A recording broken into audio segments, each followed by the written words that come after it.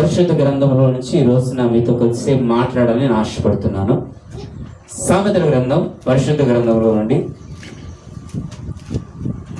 17వ అధ్యాయం 17వ వచనాన్ని చదువుకొని దేవుని యొక్క మాటలు నేర్చుకుందాం. నిజమైన స్నేహితుడు విడువక ప్రేమిస్తాడు. దుర్దశలో ఆ నిజమైన స్నేహితుడు ఎలా ఉంటాడంటే సహోదరుడుగా, ఒక సొంత అన్నయ్యగా, ఒక తోడ పుట్టినోడులా ఉంటాడు. దేవునికి స్తోత్రం కలుగును గాక. పిల్లలు వినండి, పరిశుద్ధ గ్రంథం అంటే చాలా మంది అనుకుంటున్నారు ఓన్లీ యేసుక్రీస్తు ప్రభువు ఎలా పుట్టాడు, ఎలా జీవించాడు, ఎలా ఉన్నాడు, ఎలా చేశాడు, ఆయన పద్ధతి ఏంటి, ఒక్కటి మాత్రమే ఉంటుంది అనుకుంటున్నారు చాలా మంది.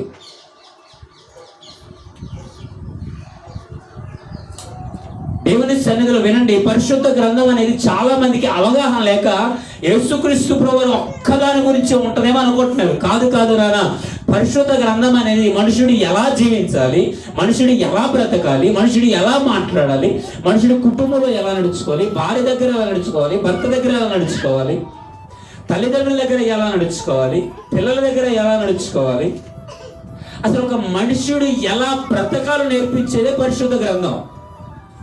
దేవునికి స్తోత్రం కలుగును గాక. హల్లెలూయా. పరిశుద్ధ గ్రంథం అనేది ఒక మనుషుడు ఎలా జీవిస్తే మానవుడుగా పిలువబడతాడు, మంచి మనస్సు కలిగి జీవిస్తాడనే ప్రతి ఒక్క విషయాన్ని నేర్పించేది పరిశుద్ధ గ్రంథం. ఈ పరిశుద్ధ గ్రంథాన్ని చదివిన ప్రతి ఒక్కరి జీవితాలు ప్రభావితంగా మార్చబడ్డాయి. హల్లెలూయా. ఈ పరిశుద్ధ గ్రంథాన్ని ఎందరైతే చదివారో, ఎందరైతే చదువుతారో వారందరి జీవితాలను అప్పుడు ఒక ప్రభావితం చేస్తాడు. ఎందుకు తెలుసా? ఒక మానవుడు బ్రతకాల్సిన పద్ధతులన్నిటిని కూడా పరిశుద్ధాత్మ దేవుడి గ్రంథంలో దాచిపెట్టాడు. అయితే వినండి, ఈ రోజున దేవుడు మనకి పరిశుద్ధ గ్రంథం నుంచి నేర్పించబోతున్న పాఠం ఏంటి తెలుసా? ఎటువంటి స్నేహం చేస్తున్నావు?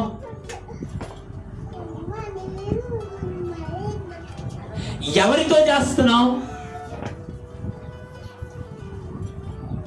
అసలు ఎందుకు చేస్తున్నావు ఆ స్నేహాన్ని? హల్లెలూయా. ఎలాంటి స్నేహం చేయాలో కూడా చెప్పింది బైబిల్. స్తోత్రం చెప్పండి. హల్లెలూయా. వండరు కదా, ఎటువంటి స్నేహం చేయాలో, ఎవరితో స్నేహం చేయాలో, ఎలా మాట్లాడాలో ప్రతిదీ నేర్పిస్తున్నాను ఈ బైబిల్. అందుకనే బైబిల్ చదవండి అమ్మా, చదవండిరా అని చెప్పేది. హల్లెలూయా. నిజమైన స్నేహితుడు ఉంటాడు ఒకడు. వాడు ఎలా ఉంటాడంటే తన స్నేహితుడి కోసం ప్రాణం పెడతాడు. చూద్దాం మళ్ళొకసారి. నిజమైన స్నేహితుడు విడువక ప్రేమిస్తాడు. దుర్దశలో అట్టి నిజమైన స్నేహితుడు ఎలా ఉంటాడు తెలుసా? ఒక తోడ పుట్టిన అన్నయ్య వలె ఉంటాడు. నాకు ఈ మధ్యన చాలా మంది వాట్సాప్ లోనో స్టేటస్ లోనో కొన్ని కొటేషన్స్ పెడుతుంటే చూశారు. స్తోత్రం. హల్లెలూయా. మంచిది. ఎవడమ్మా? నిజమైన స్నేహితుడి దగ్గర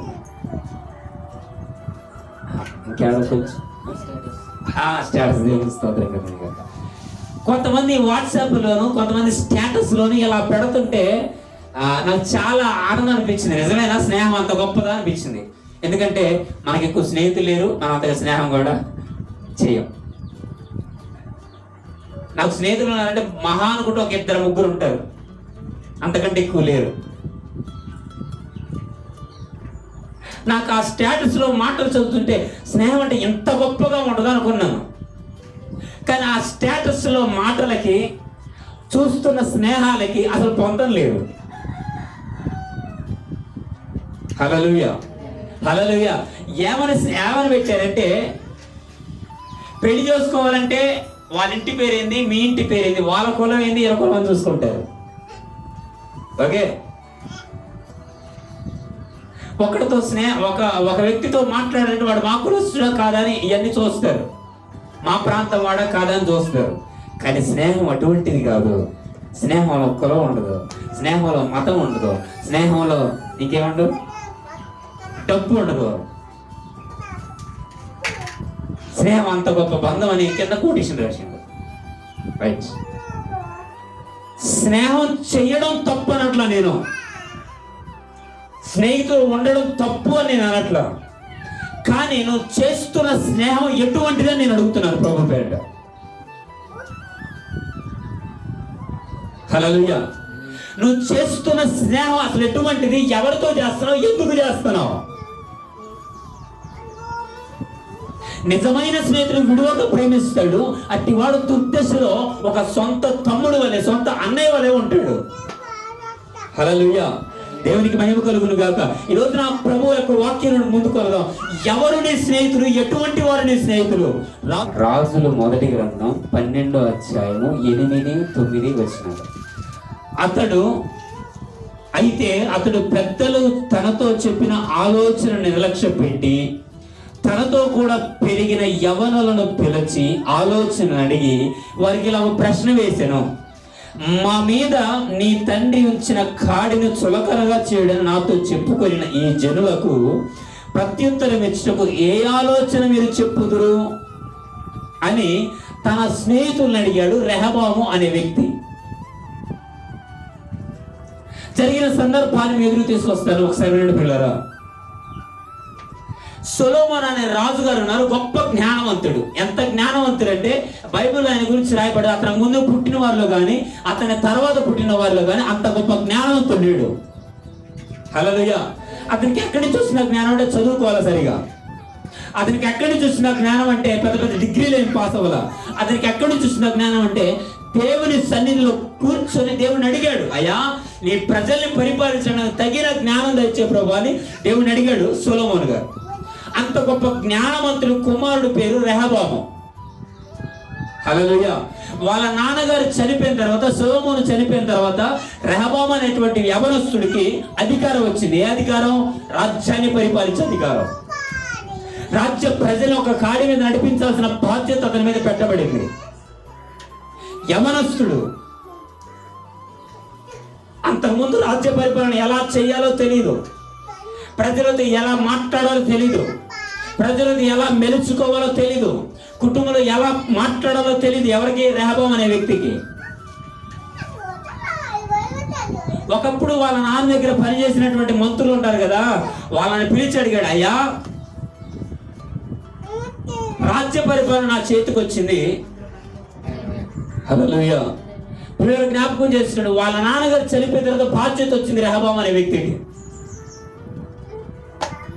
ఇప్పుడు రాజ్య పరిపాలన ఎలా చేయాలన్న ఆలోచనతో తన పెద్దలు, పండితులు ఉంటారుగా, జ్ఞానవంతులు ఉంటారుగా, పెద్దలు ఉంటారుగా, వాళ్ళ దగ్గరికి వెళ్ళాయా రాజ్య పరిపాలన ఎలా చేస్తే మంచిది, ప్రజలు ఏ కాడి మీద నడిపిస్తే మంచిది అని పెద్దలు అడిగితే పెద్దోళ్ళు అంటారు, అయ్యా మీ నాన్న వాళ్ళ మీద కొంచెం భారం ఎక్కువ పెట్టాడు, ఆ భారను కొంచెం తగ్గిస్తే ప్రజలందరూ నీకు మంచిగా నడుచుకుంటారయ్యా అని చెప్పారు. ఎవరు? పెద్దలు.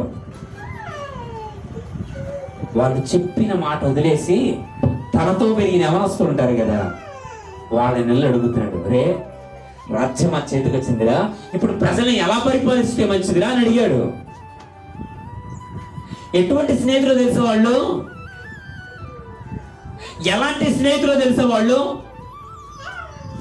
చెబుతున్నారు. ఏమని తెలుసా? రే మీ నాన్నగారు వాళ్ళ మీద ఎంత బరువు పెట్టాడేమో, నువ్వు దాన్ని కొంచెం పెద్దగా చేయరా. ఒరే రెహబాము, మీ నాన్నగారు కొంచెం బరువు పెట్టాడు వాళ్ళ మీద, నువ్వు దాన్ని కొంచెం అధికంగా చేయరా.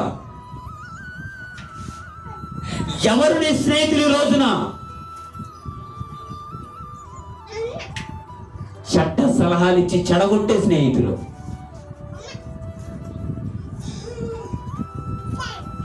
చెడు అలవాట్లు నేర్పించే స్నేహితులు. కుటుంబంలో ఎలా నడుచుకోవాలి వాళ్ళని అడిగింది, వాళ్ళని అడగడింది నాన్న, నువ్వు ఎలా నడుచుకోవాలి, ఎలా మాట్లాడాలి, ఎలా ఉండాలి అనేది నీ తల్లిదండ్రులు అడిగితే చెప్పరా?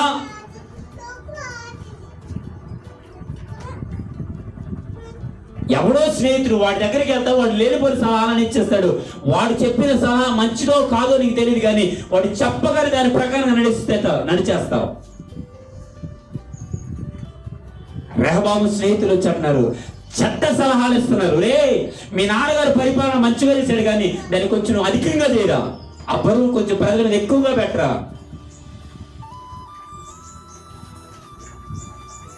అనా ఈరోజు నువ్వు చేస్తున్న స్నేహం ఎటువంటిది? చెడ్డ సలహాలు ఇచ్చేవారి స్నేహాలు చేస్తున్నారు ఈరోజు చాలా మంది.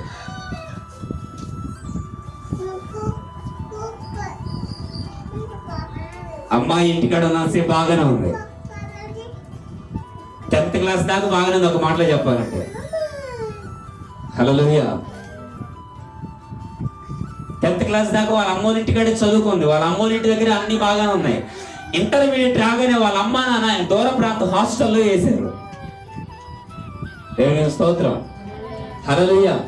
ఇంటికాడ ఉన్నంతసేపు మంచిగా వస్త్రధారణ కావచ్చు, మాట్లాడే విధానం కావచ్చు, చూసే చూపులు కావచ్చు, మాట్లాడే మాటలు కావచ్చు, అన్నీ కూడా చాలా క్రమంగా ఉన్నాయి. ఎప్పుడు వాళ్ళ అమ్మోళ్ళ ఇంటి దగ్గర ఉన్నంతసేపు.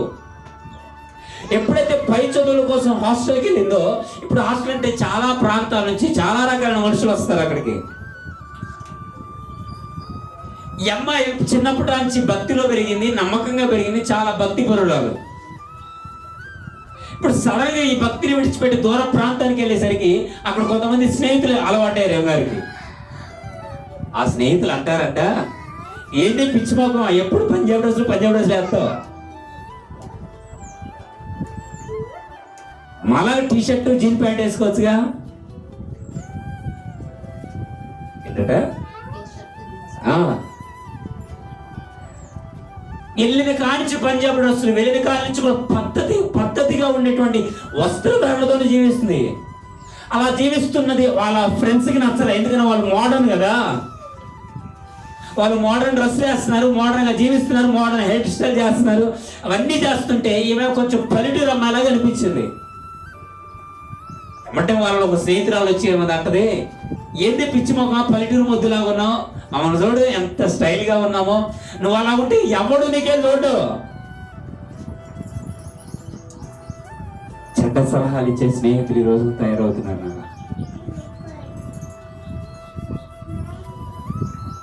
చెడ్డ సలహాలు ఇచ్చి చెడగొట్టే స్నేహితులు తయారవుతున్నారు.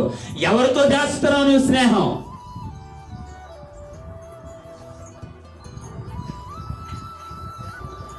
తప్పు కనుకోమాకండి ఇలా అంటున్నానండి.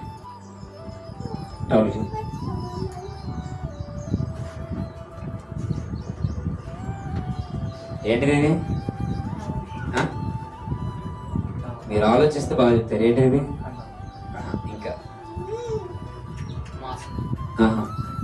కాదు కాదు, ఆర్థిక దేవుని స్తోత్రం కలుగును గాక. హల్లెలూయా. ఏంటిది? చున్నీ. వాస్తవానికి చున్నీ వేసుకునేది ఎలా? ఇలా. వాస్తవానికి చున్నీ వేసుకునేది ఇలాగేగా, ఇంకా వెరైటీ వేసుకుంటారా? ఇలాగే కదా, రైట్. ఈ రోజున మారిపోయింది.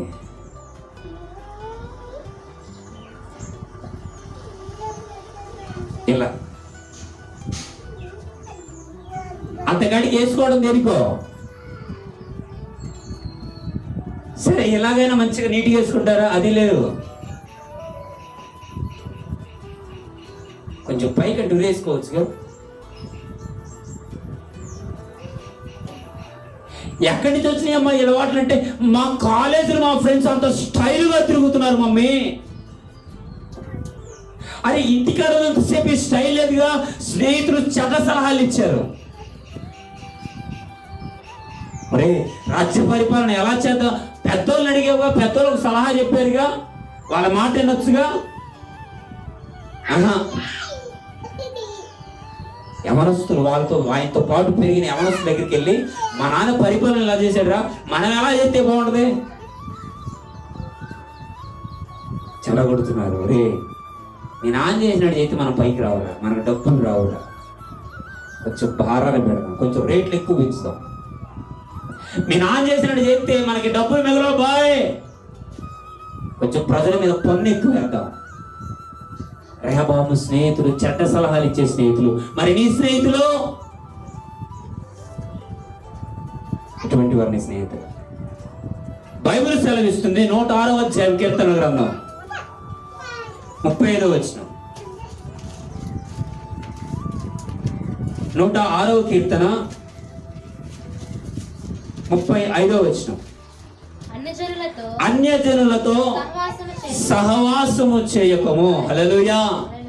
అన్నిటితో ఏం చేయదు. ఎందుకని? అందుకని కొంతమంది ఇక్కడ లైవ్ లో చూసేవాళ్ళు కావచ్చు, ఇక్కడ ఉంటున్న వాళ్ళు కావచ్చు, ఒక చిన్న డౌట్ వస్తుంది. ఏంటి తెలుసా? అయ్యగారు, వాళ్ళతో స్నేహం చేసినంత మాత్రం వాళ్ళ అలవాట్లు మాకు ఎలా వస్తాయి? మేము నిప్పు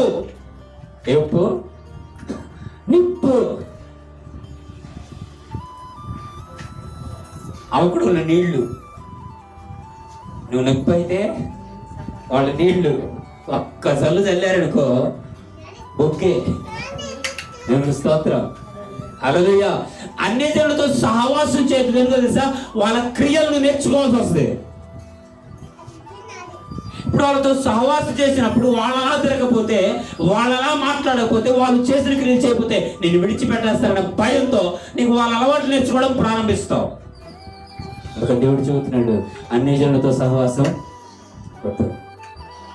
సొలొమోను చాలా జ్ఞానవంతుడు, చాలా నమ్మకమైనడు, చాలా మంచివాడు.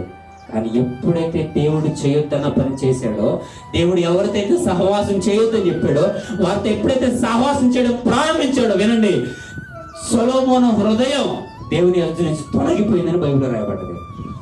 ఎలా తొలగిపోయింది? తాను చేసిన సహవాసం.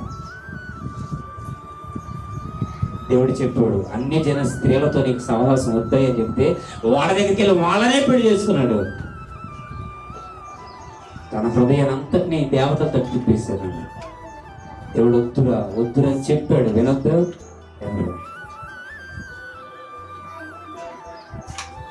దేవుని ప్రియులరా, నువ్వు చేస్తున్న సహవాసాన్ని బట్టి నీ జీవితం నిర్ణయించబడుతుంది.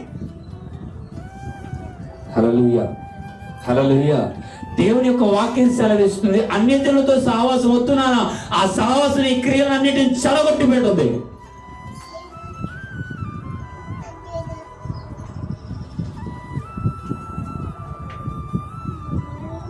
మొన్న నేను నందిగా వెళ్ళి వస్తుంటే మా పాపకి మా భార్యకి కొన్ని స్నాక్స్ కొనుక్కొద్దామని బేకరీలోకి వెళ్ళాను. బేకరీకి వెళ్తే ఆ బేకరీలో కొంతమంది యవన స్త్రీలు కేక్ ఆర్డర్ ఇవ్వడం కోసం వచ్చారు. కేక్ ఆర్డర్ ఇచ్చారు. వాళ్ళు అయిపోయిన ఆర్డర్ తీసుకుని వెళ్తా ఉన్నారు. సరే ఇంటికాడ చేసుకుంటారా అనుకున్నాను నేను. ఇంటికాడ చేసుకుంటారన్న ఆలోచనతో సర్లే మంచిదే ఇంటికాడ పార్టీ చేసుకోవడం తప్పేం లేదు అనుకొని వదిలేసారి సైలెంట్గా వస్తుంది. నా బైక్ని మా భార్యకి బోర్నవీటా ఒకటి, మా అమ్మాయి కొన్ని బిస్కెట్ ప్యాకెట్స్ తీసుకుని నలుగురు సైలెంట్గా వస్తుంటే ఆ కేక్ చేసుకున్నటువంటి యవన స్త్రీలు ఊరి చివరి మామిడి తోటలో పిట్ట పురుగు లేదు, చుట్టూ ఎవ్వరు చూసినా లేరు, అక్కడ ఒక్కళ్ళు కూడా లేరు. వాళ్ళు ఒక 5 స్త్రీలు, యవన స్త్రీలు, పెళ్ళిడికి వచ్చిన స్త్రీలు.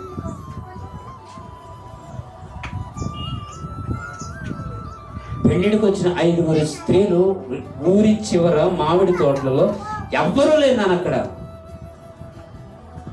అక్కడ సెలబ్రేషన్ చేసుకుంటున్నారు బర్త్డే పార్టీ.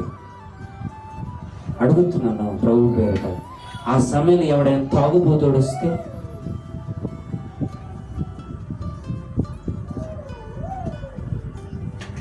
పరిస్థితి లోకంలో జరుగుతున్నాయి చూస్తున్నారుగా, బుద్ధుండక్కర్లా. ఇంట్లో చేసుకోవచ్చు, అంతగా పార్టీ చేసుకోవాలనిపిస్తే ఊరి బయట మామిడి తోటలోకి వెళ్ళి సరే కేక్ కొనుక్కున్నారు, తింటున్నారా? మొత్తం రోజున ఫ్యాషన్ అయిపోయింది బర్త్డే చేసుకోవడం కదా. కేజీ కేక్ తీసుకొచ్చి 500 పెట్టి ఆర్డర్ చేసుకుంటారా, దాన్ని మొత్తం మొఖానికి పూసుకుంటున్నారు. ఇంకేం తినేది? ఆ దేవుని ప్రియులారా, నువ్వు చేసే స్నేహం నీ చెడగొట్టకూడదు. హల్లెలూయా. ఒకటి, ఏ స్నేహం నువ్వు చేస్తుంది చెడ్డ సలహాలు ఇస్తున్నారేమో. రెండవది, సమూయేలు మొదటిగా 2వ గ్రంథం 13వ అధ్యాయం 3వ వచనం.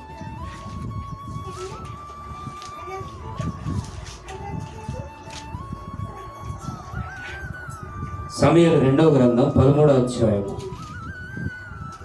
3వ వచనం. అమ్నోనునకు మిత్రుడు ఒకడు ఉండెను. ఎవరు మిత్రుడు ఒకడు ఉండెను. అంటే మిత్రుడు అంటే ఎవరు? స్నేహితుడేగా. స్నేహితుడు ఒకడు ఉన్నాడు. అతడు దావీదు సహోదరుడైన సిమ్యా కుమారుడు. అతని పేరు యెహోనాదాబు. ఈ యెహోనాదాబు బహు కపటము గలవాడు. అతడు రాజకుమారుడు అయిన నీవు నానాటికి చిక్కుపోవుటకు. అబ్బో, ఇదో మంచి చేసేవాడు లెక్క. అమ్నోను అనే ఒక వ్యక్తి ఉన్నాడు. ఆయన ఎవరంటే దావీదు గారి యొక్క కుమారుడు. ఈ అమ్నోనుకి చెల్లె వరసేటువంటి ఒక స్త్రీ ఉంది. ఇంట్లో రోజు తిరుగుతుంది. ఆ చెల్లి చాలా అందంగా ఉంటుంది, చాలా చక్కగా ఉంటుంది. ఆ అమ్మాయిని చూసిన కాంచి మనోడు ప్రేమలో పడిపోయాడు. ఎవరితో? సిగ్గుండొద్దు.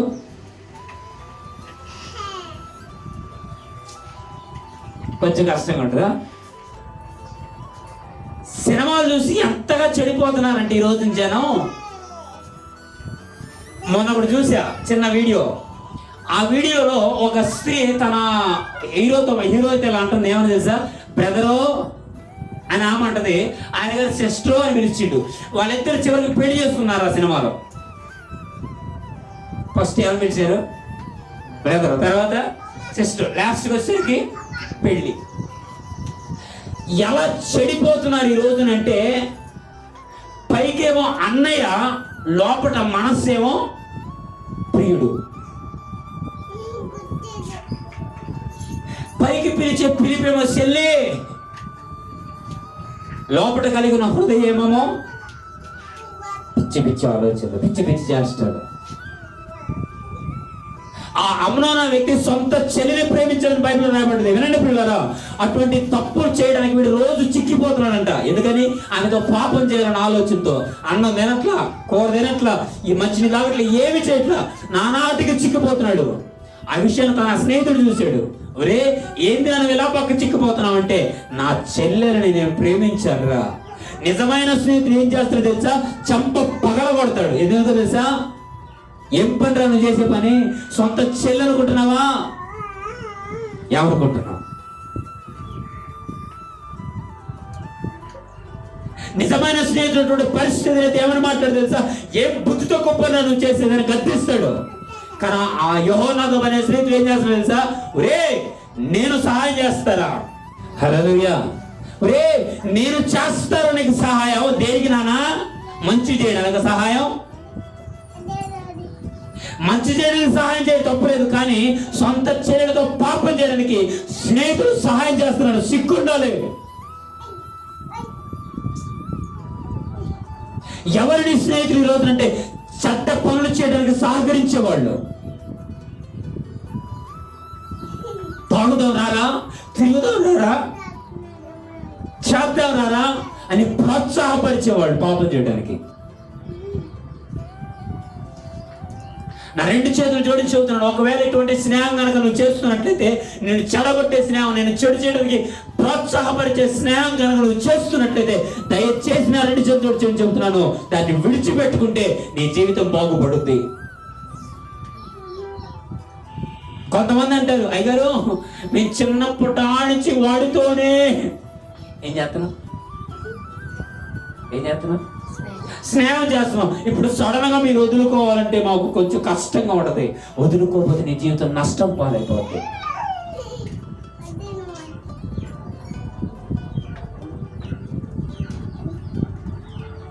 ఏం కాదులేరా, తాగుదారా, మా అయ్యగారు ఊరుకోడురా, మా అమ్మ ఊరుకోదురా, మీ అమ్మ నాన్న ఇక్కడ వచ్చి వస్తున్నారు. తప్పు నాన్న, నువ్వు చేసే స్నేహం ఈరోజు నేను దేం చేయడానికి ప్రోత్సాహపరుస్తుంది? పాపం చేయడానికి.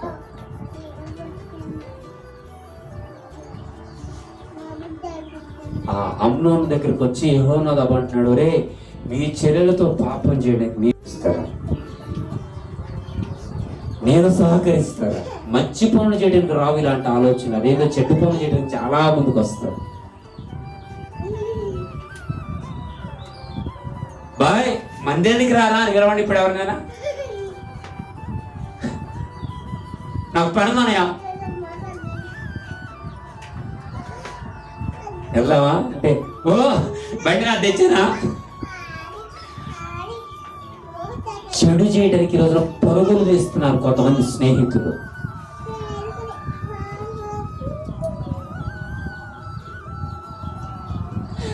చెడుని ప్రోత్సాహపరుస్తున్నారు ఈ రోజున కొంతమంది స్నేహితులు. అరే వాళ్ళని అమ్మాయి నేను ప్రేమిస్తున్నారా, ఏం చేయమంటారా, నేను సహాయం చేయమంటావా? వాళ్ళిద్దరి మధ్య ఉంటాడు. అటు అమ్మాయి, ఆ ఘటన అమ్మాయి, ఈ ఘటన అబ్బాయి, మధ్యలో ఎవరు? స్నేహితుడు. వాడిని ఏమంటారు? అసలు మాట చెప్పండి, అది ఏమంటారు? బ్రోకరు.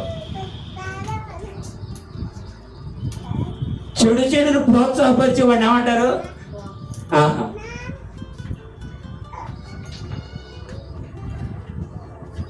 నీ స్నేహితులు అటువంటి వాళ్ళ ఒకవేళ అలాంటి వేషాలు వేస్తున్నావా? తప్పు నాన్న, నీ చేతనైతే గద్దించి ఒకటి తప్పు చేస్తాడు. రే తప్పది. ఒకవేళ నువ్వు అలాంటి పనులు చేసేవాడు అయితే నీతో స్నేహం ఇచ్చేను, గుడ్ బై చెప్పడానికి ప్రయత్నించాను. వాడిగా అనుకుంటాడండి, వాడిని విడిచిపెట్టాలి, రేపు నువ్వు నష్టపోలేకపోతావు, జాగ్రత్త.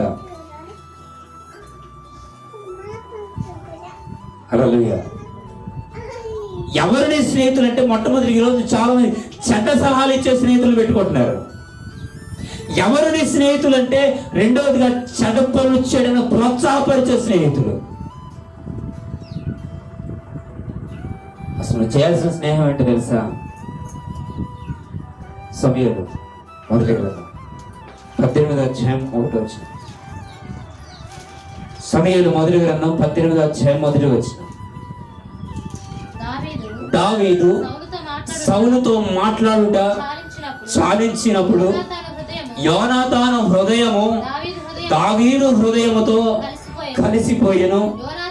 ఏనండి, యోనాతాను దావీదును తనకు ప్రాణ స్నేహితుడిగా, దేవుని స్తోత్రం చెప్పండి, హల్లెలూయా. దావీదు యోనాతాను ద బెస్ట్ ఫ్రెండ్స్. ఒక అద్భుతమైన స్నేహితులు అండి. ఎంత ప్రాణ స్నేహితులు అంటే అవసరమైతే యోనాతాను దావీదు కోసం చచ్చిపోవడానికి కూడా సిద్ధపడ్డాడు. ఉన్నాడు ఇటువంటి స్నేహితులు ఈ రోజున.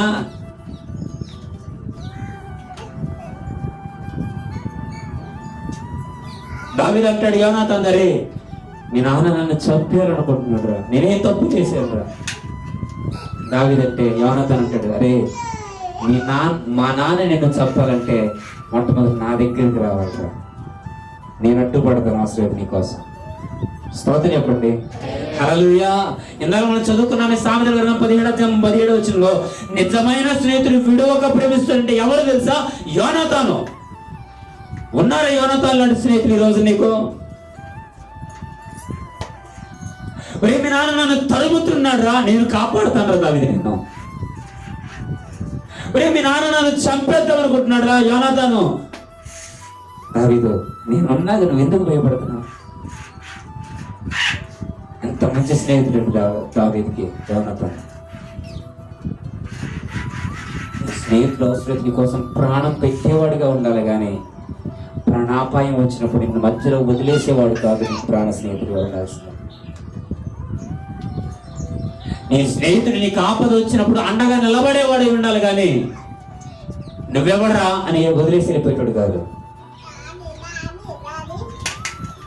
నీ స్నేహితుడు నీకు ఏదైనా సమస్య వస్తే ఆ సమస్యలో నీతో పాటు పాలివాడేవాడిగా ఉండాలి, కానీ నువ్వెవరో నేనెవరు అనేవాడిగా ఉండకూడదు. యోనాతాను అలా నిలబడ్డాడు. దావీదు నీకోసం నా ప్రాణం ఇస్తాను అవసరమైతే, నువ్వేమాత్రం భయపడ మాకు. మా నాన్న నిన్ను చంపాలని వస్తే మా నాన్న కత్తికి నేనంటూ పడతాను అవసరమైతే. హల్లెలూయా, హల్లెలూయా. ఉన్నారు ఇటువంటి స్నేహితులు ఈ రోజున.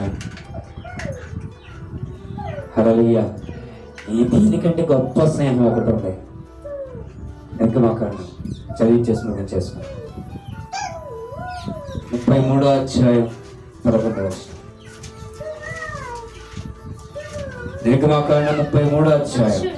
మనుష్యుడు తన స్నేహితుడితో మాట్లాడినట్లు ఎలా మనుష్యుడు తన స్నేహితుడితో మాట్లాడినట్లు యెహోవా మోషేతో ముఖాముఖిగా దేవునికి స్తోత్రం చెప్పండి. హల్లెలూయా. ఒక మాటలో చెప్పాలంటే మోషే స్నేహితుడు ఎవరయ్యా అంటే దేవుడే, ఇంకెవరు లేరు. సమస్య వచ్చినా దేవుడితో చెప్పుకుంటాడు, బాధ వచ్చినా దేవుడితో చెప్పుకుంటాడు, ప్రజలు ఎదురు తిరిగినా దేవుడితో చెప్పుకుంటాడు. ఇక తనకి ఏది గుర్తొచ్చినా సరే దేవుడితోనే పంచుకుంటాడు. ఎందుకు తెలుసా? దేవుడిని స్నేహితుడిగా పెట్టుకున్నాడు మోషే. దేవుడు కూడా మోషేని స్నేహితుడిగా భావించి మాట్లాడాడు.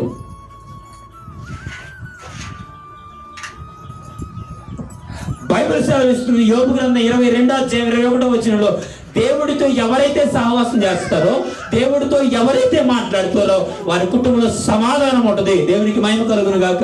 ఈరోజు నేను అంటాను, అయ్యారో మా కుటుంబంలో సమాధానం అంటున్నావా? నువ్వు దేవుడితో సహవాసం చేయట్లా. ఏ కుటుంబం దేవుడితో సహవాసం చేస్తుందో ఆ కుటుంబం సంపూర్ణ సమాధానం ఉంటుంది. ఏ వ్యక్తి అయితే ప్రతిరోజు దేవుడితో మాట్లాడతాడో ఆ వ్యక్తి కుటుంబంలో, ఆ వ్యక్తి జీవితంలో సమాధానకరమైన సూచనలు కనబడతాయి.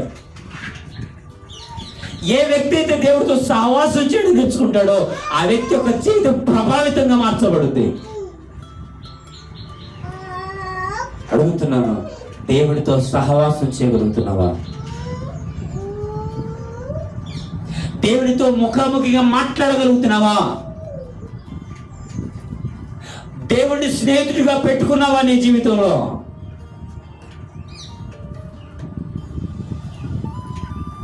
ఆయనతో సహవాసము చేసిన ఎడలా, ఇంటికైనా చదువుకోండి, యోబు గ్రంథం 22వ అధ్యాయం 21వ వచనం. ఆయనతో సహవాసము చేసిన ఎడలా సమాధానం కలుగుతుంది. హల్లెలూయా, హల్లెలూయా. నీకుందా సమాధానం? ఒకవేళ బహుశా నీ కుటుంబంలో సమాధానం లేదు అంటే దానికి గల కారణం తెలుసా? దేవుడితో సహవాసం చేయట్లేదు. చీటికి మాటికి భార్య భర్తల మధ్య గొడవలు వస్తున్నాడు. అర్థం తెలుసా? దేవుడితో సహవాసం చేయట్లేదు. ఇరుగురు అన్నదమ్ముల మధ్య సమాధానం ఎందుకు లేదు తెలుసా? దేవుడితో సహవాసం లేదు. దేవుడెవరు? దేవుడెవరు? ఆశ్చర్య, ఆలోచన, అద్వితీయుడగు తండ్రి,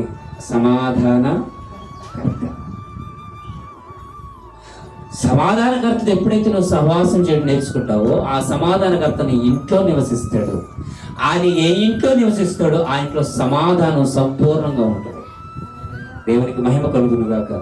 ఆ దేవుని ప్రియులారా, ఈ లోకంలో స్నేహాలన్నీ కూడా నేను అంటాను ఎంతో కొంత మనల్ని చెడగొట్టేవిగానే ఉన్నాయి. అది మాట ద్వారా కావచ్చు, క్రియల ద్వారా కావచ్చు, అలవాట్ల ద్వారా కావచ్చు, ఏ విధమైన చేతనైనా సరే మనం చెడగొట్టేవి కానీ మనం చెడగొట్టక మనం చెడిపోయిన సరే మనం ప్రేమించే స్నేహం ఒకటి ఉంది. అదే ప్రభువైన యేసుక్రీస్తు స్నేహం. హల్లెలూయా. ఆయనతో సహవాసం చేసినంటాను నీ కుటుంబంలో సమాధానం పొందుకుంటాడు. కృపదేవుడు మనందరికీ అనుగ్రహించును గాక. కళ్ళు మూసుకుందాం, ప్రార్థన చేసుకుందాం. చిన్న ప్రార్థన కలిగా చేస్తారు.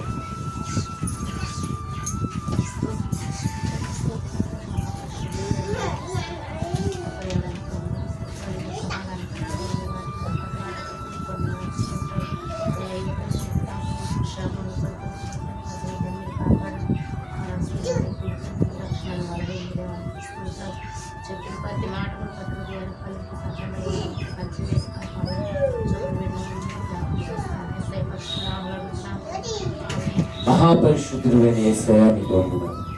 వచ్చిన ప్రతి గుడిని దీవించండి.